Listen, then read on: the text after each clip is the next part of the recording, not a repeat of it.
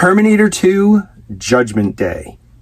Not only one of the best sequels ever made, not only one of the best action films of the 1990s, but my argument would be one of the best action films of all time. It upped the ante for everything. It was one of the most expensive movies ever produced at that point, and one of the highest grossing movies of that decade. And honestly, I mean, you could look at like the history of action movies, if you're a big action movie fan, and you could see the effects of Terminator 2 after the movie came out. Definitely. You know. The movie. In the movies? Oh, yeah. Me Yeah. too. Yeah. Opening weekend.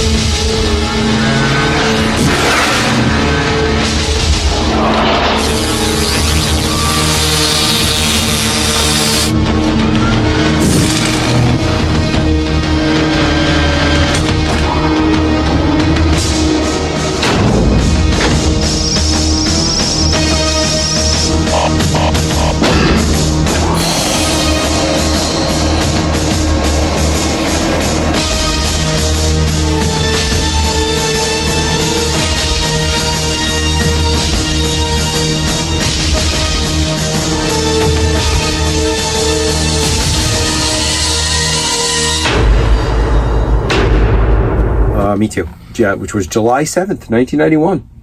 July 7th, Wow. 1991. It's a long time ago. Yep. It was released that summer.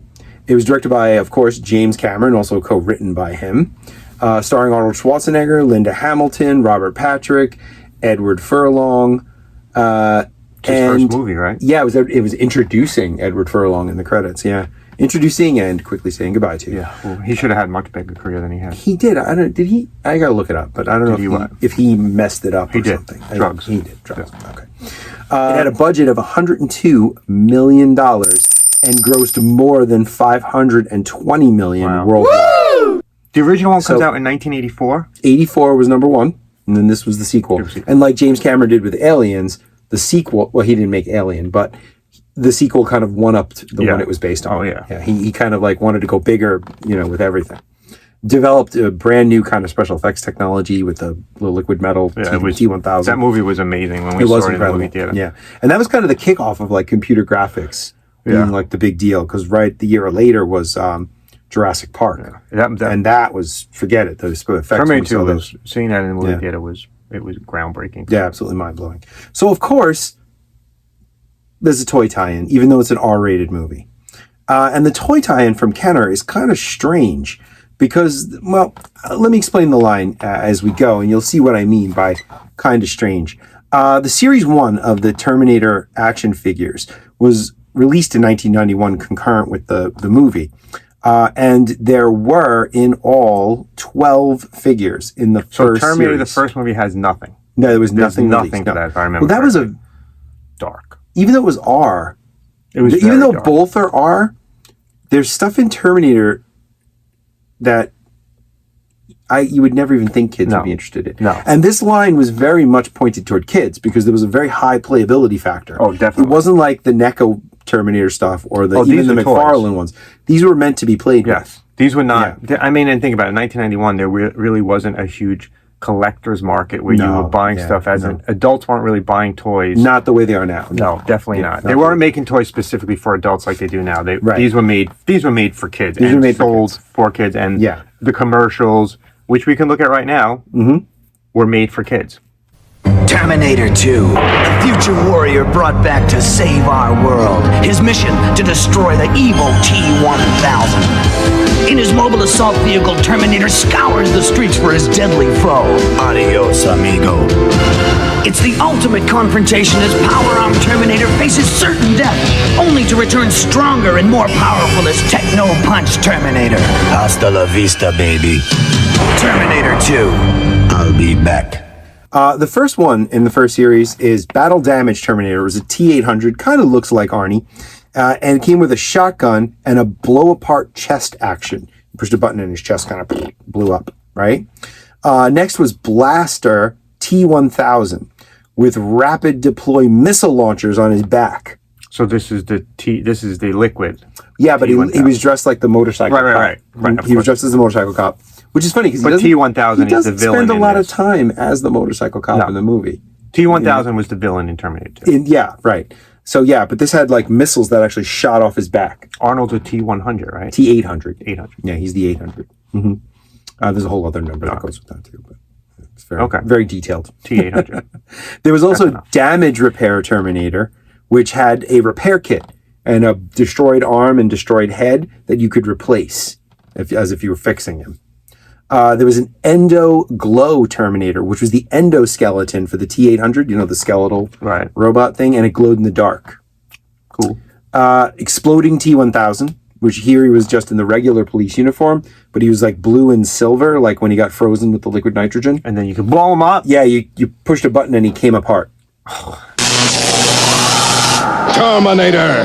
I'm back. Got to find John Connor. But evil T-1000 gets to him first. Hey, back off! Terminator's heavy metal cycle zeroes in and fires. But T-1000 stands to get even. This is for getting on my bad side. You're next, John Connor. I'm back. Terminator deploys his secret weapon. Hasta la vista, baby. Terminated. This time. Terminator is back. Bet you those pieces were all lost. I think it was only like 3 pieces. Oh, all right. Yeah, it didn't really it didn't explode into tiny pieces. It blowed up and liquid came out, like the movie. Yeah, the tiny little shattered things. No, there was also a power arm Terminator, which you could change the arm on the T-800, so it had a big claw gripper mechanical arm. And as you can see already, I'm going to pause here. A lot of the stuff that came with this was just not part of the movie at all. It just didn't show up. I mean, it was pointed out in the movie specifically that the T-1000 could not make missiles or bombs or anything like that. He could not. Right. So he couldn't make a gun because it was too... Moving parts and chemicals. That's right. Yeah, there you go. couldn't do that. Right. There was the secret weapon Terminator. He had a grappling hook and he had a hidden chest cannon. And actually, he was the T-800 figure that came with the minigun. That shoots out the window at the police. That's a cool scene. Right. There was Techno Punch Terminator. It was the T-800 endoskeleton, and it had a super punch and came with 2 of those futuristic plasma blasters they had. Okay. And yeah. That's not shown a lot in the movie either. No, not really. Well, there's in the beginning, right before the credits. Oh, okay. They showed the future really, a bit. So far we've only seen figures of the T-800, which is Arnold Schwarzenegger, and the T-1000, which is Robert Patrick. Right. There's a lot of different versions of the T-800. Very few of the T-1000. Yeah, how do I play with that as a kid? If I want to play with it, I only have these 2 figures to fight in different... Yeah, I don't know. Like how many T-800s do I need? Right, exactly. Okay. Exactly. There was a Meltdown Terminator, which is the T-800, but he came with a bazooka that sprayed water. So you only used him once. And he melted. He actually melted. He melted and that was it. He came with a bazooka that sprayed water, which actually tied into the next figure I'm going to talk about. Okay. I'll be back. Terminator's back to fight evil with his mobile assault vehicle. I've got to find Evil T-1000. Disguised as a policeman, Evil T-1000 aims to destroy. I've got you now. Who's got who? Time to get serious. New mobile assault will blow you away. The party's over, T-1000. Adios, amigo. Terminator. I'll be back. The bazooka sprayer Terminator, when you sprayed water on his enemy, which was the white-hot T-1000, it would change color when the water hit him as if he were melting. But would I know this? Yeah. So if I bought that... so you'd have to buy this other figure to go with this figure. So, okay. Right. And there was actually a variation, the T-1000, the melting one that was created. There was one that came with an orange arrow, one that came with a white arrow. I believe the white arrow was less common and is worth more on the collector market. Right. And the last 2 figures of the first series, John Connor, who came with a motorbike. He came with a little moped he could ride on. With that little card he put in to get money? No, just a motorbike. Yeah, just the motorbike. And then there was another figure called the Cyber Grip Villain with crushing claw action. Okay. He was this very G.I. Joe looking character. He had like a helmet and he was green and he had a big crushing claw arm Never shows up in the movies. Okay. Never even mentioned. Just a character they introduced just for the toy line. And I'm thinking it ties into what you're saying.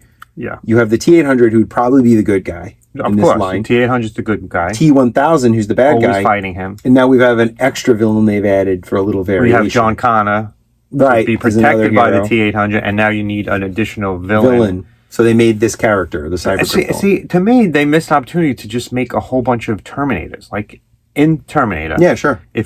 In Terminator 1 and Terminator 2, when we do flashbacks, we see other Terminators. They could have just made a whole bunch of Terminators. Like, if you know the Predator line, they do a whole bunch of different Predators. Yeah, variations. They do a whole bunch of different aliens. So, well, you know what they should have done? Plausible. What they really should have done was they would have created a Kyle Reese figure and then a whole bunch of Resistance soldier figures. You're right. Do that. They could have done Kyle Reese, and they could have done... I noticed that you're missing a key... Who's missing from the first series? This movie. Right. Who is definitely the star of the movie. She's the star of the movie. There's no Sarah Connor figure. And I would guess why. Kenner never produced a Sarah Connor figure. Because female figures didn't sell. Right. The first time a Sarah Connor figure ever gets made is for the McFarlane Movie Maniacs line in the early 2000s. That's why this... Crazy, right? I'm betting, and I'll be honest with you, I don't know anything about Terminator toys. Never owned one, never looked at one. I'm betting this line did not sell well. It did not sell very well. It wasn't planned very well. Right. They did release 3 accessories to go with the first series. There was the BioFlesh Regenerator playset, which came with a little T-800 endoskeleton. You could grow latex skin over him. What was it made out of? It was like latex, like putty latex and it would, stuff. That's pretty cool. It's kind of a cool thing. That's pretty cool. I imagine that's a pretty cool toy. Terminator. Robotic endoskeleton, the BioFlesh Regenerator. Activate! Now you can create your own Terminator with the BioFlesh Regenerator. I'm back to protect. Yeah? Think again. Battle damage. Must return to BioFlesh Regenerator. Add flesh compound. Activate! You are in control. Terminator created. I'm back. The BioFlesh Regenerator comes with 2 robotic figures and BioFlesh compound. There was also That's different. Right. There was a mobile assault vehicle, which was like a convertible race car that had a rocket launcher instead of a passenger seat that the T-800 could drive. That wasn't in the movie. Not even close. Oh, sorry. Yep. There was the heavy metal cycle, which was a motorcycle. He had a motorcycle. Oh, he did. But this motorcycle has a rocket launcher on the front of it. Okay. That's one of my favorite scenes in the movie, when he's riding that thing and he's flipping the shotgun. Oh, yeah, when he's twirling the shotgun. Yeah. It's great. Yep. Did he have a shotgun in any of the figures? Yeah, I believe one of the T-800s has a shotgun. I'm recreating that if I had that toy. Yeah, right. Then, in 1992, Kenner followed the first lineup with a smaller line called the Future War Series. Now, this gets kind of strange. Here we start seeing things that really were nowhere near any of the movies. You have the 3-strike Terminator. He has 3 different weapon arms that you could move on and off of him, right? So they are doing different Terminators. Right, one fired a missile, right? There was the battle-ready Terminator, again, another T-800, with swing-down cannons on each arm. He went like this, and you could... The cannons were like folded the other direction. It sounds more playable. It sounds... Well, there's a lot of playability with these figures, yeah. There's not a lot of... These don't seem like they would be like display figures. They were meant to be played with. Things you'd play with. And what were they like? They were similar... 6 inches. Oh, 6 inches. So they're bigger than bigger. Most figures at this time. So probably comparable with He-Man or Ninja Turtles. All right. Yeah. Hidden Power Terminator was another T-800 with a hidden grappling hook and an extra weapon hidden in his chest. Hot Blast Terminator. Uh-oh. He had Taco Bell? Yeah. This was the repaint of the Water Bazooka one. It was the same thing, just repainted. There was a metal MASH Terminator with punch action, again, and an arrow blaster. This was a gold endoskeleton figure. There was Rapid Repair Terminator with field repair tools. That was the other battle repair one. They refurbished some of these from the early Terminator 2 figures. And then you had a new version of the Cyber Grip villain with different colors. And then a brand new character, Chromium. He was this very Masters of the Universe, Cobra Commander kind of looking character who had like horns going this way and a skull face, and his neck grew when he wanted to fight. He would get bigger, right? This guy has cartoon villain written all over him. So it may be, possibly, the Future War series was meant to tie into an animated series that they were going to do. Which would have made sense at this time. Just if you're selling a toy line, you're doing an animated series. And they did a Rambo animated. They did a RoboCop animated. Right. So it wasn't crazy to take an R-rated property and turn it into a cartoon. Because if you think about it, in the big scheme of things, if you have an R-rated property, you don't have children watching this. Or you're not supposed to. You don't have a connection between the products you're trying to sell and the movie you're trying to promote. Right. So you need something that a kid's going to see on TV or something and go, oh, I want that toy. This didn't have it. So I'm guessing they made Chromium that would make sense. to be like the big bad. So they planned a cartoon and it never came to be. Right. And there was a cartoon planned in 1991.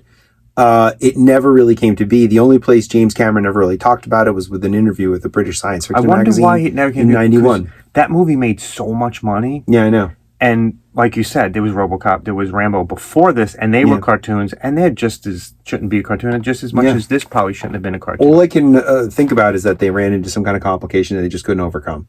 Okay. You know, maybe the toy line failed so badly they figured this is not for kids. Kids are not going to buy into Terminator. Possibly. Okay. But it's weird to introduce a cartoon or introduce a toy line without a cartoon. Very strange at this time. Right? Very strange. Yeah. So if you want more information on the possible cartoon that almost happened, you could look it up on jamescamerononline.com. They've got a good article on it there and about all the different hints and things like that. But Chromium, even when you see the figure, he definitely has Big Bad written all over him. Well, they're actually working on another one. Netflix is trying to develop an anime style. Anime Terminator, right? But it's been in like limbo for like 2 years now. Yeah. And nothing, I mean, they haven't produced anything yet. I haven't heard any new news on it since 2021. So. Right. So, along with this, they also produced, which I think are the coolest toys that came out of this line, one for the first series and one for the Future War series, a 12-inch Arnold Schwarzenegger T-800 figure. He's got some battle damage on him. And I did a short on this, you could look it up. You push a button on his back and he says 2 phrases. One was "Hasta la vista, baby." The other was "I'll be back." And there were also battle noises, and there were little glowing red lights behind his sunglasses. Yeah, it's a cool toy. Look at the commercial right here. He's traveled across time and space. Finally, he's here. The ultimate Terminator. He looks mean. He sounds mean. Hasta la vista, baby. And with the awesome hand blaster, he's a real mean machine. The ultimate Terminator for the ultimate Terminator adventure. I'll be back. They made, again, like I said, they made a regular series one and a Future War series. What's the Future War? The difference with the Future Wars? Pretty much the same, just a little different paint job. Oh, different box probably. Yeah. Finally, with that's Kenner's, actually a good name for a cartoon too. What? Terminator Future Wars would have been. Future Wars would have been a great, would have been a good name. It could have taken place in the time when the Terminators were actually being developed, not modern time. That actually would have been a good cartoon. Yeah. Okay. And finally, there was something called the 3D series, which were repaints of older figures that were only sold at gift shops in Universal Studios theme parks. Oh boy. So the 3D line that was sold at the Universal Studios theme parks, those came out in 1997, 5 years after They must be impossible. Future War. They probably are. Because anytime it's specific to a theme park, think about the idea of a theme park. So you're going to a theme park to go, what are you going to do there? You're going on rides, you're not looking to buy merchandise like that. No, probably not collectors. You're not collecting anything. Items, so these probably sat on the shelves and then at some point got removed. Yep. And who knows where they ended up. I can't see a lot of these being sold. There's not a lot of pictures online of them either. Because I'm betting they weren't sold. These were repaints of older figures like Battle Ready Terminator, Hot Blast Terminator, Power Arm Terminator, Exploding T-1000. What's the whole 3D aspect of it? It was the packaging were lenticulars. Oh, and okay. The figures were behind a thing that closed. A gate. What do they call it? A gatefold? Yeah, that's interesting. Yeah. Never heard of these. You got another John Connor with Motorbike and Techno Punch Terminator. And it's how many years after the movie? 6 years after the movie? 6 years after the release. Yeah. And selling not at Toy Stores, but at Universal Studios. Gift shops. Yeah. I can't see these selling well. No, I can't. But it's weird because these figures are interesting because, again, they hinted that idea that there was an idea to expand the Terminator universe to cartoons or comics. And, of course, there were comics through the 90s from Dark Horse. Someone must have liked... still not for kids. Not really, no. No. Someone must have liked these figures because NECA released a tribute figure to Power Arm Terminator not that long ago. Okay. And it is the T-800, of course, but now with a big, huge mechanical gripping arm. Oh, okay. Yeah, so somewhere along the line, somebody remembers these figures and somebody liked them because they created Someone that. at NECA. Someone at NECA. Yeah. All right. So again, it's one of those things that has like a what if quality to it. You know, what if there was a cartoon? What would have happened? They probably would have sold better. Maybe they would have been a lot better. Who knows? So what do you think? Do you know about these figures already? Did you have any of them when you were younger? I never even saw them. Never even saw them. I never saw them. And I'll be honest with you, I was in Universal Studios in 1997. Yeah, never saw and them. I don't remember seeing them. And I'm a big Terminator fan. I love the movies. I saw Terminator 2 in the movie theater the first weekend it was out. Yeah, that's great. And seen it probably 100 times since then. Mm-hmm. So let us know what you think. Comment, subscribe, hit like, and until then, love what you collect. We're doing it together now? No. We do that. Until then, love what you collect. Collect what you love. See you later. See you next time.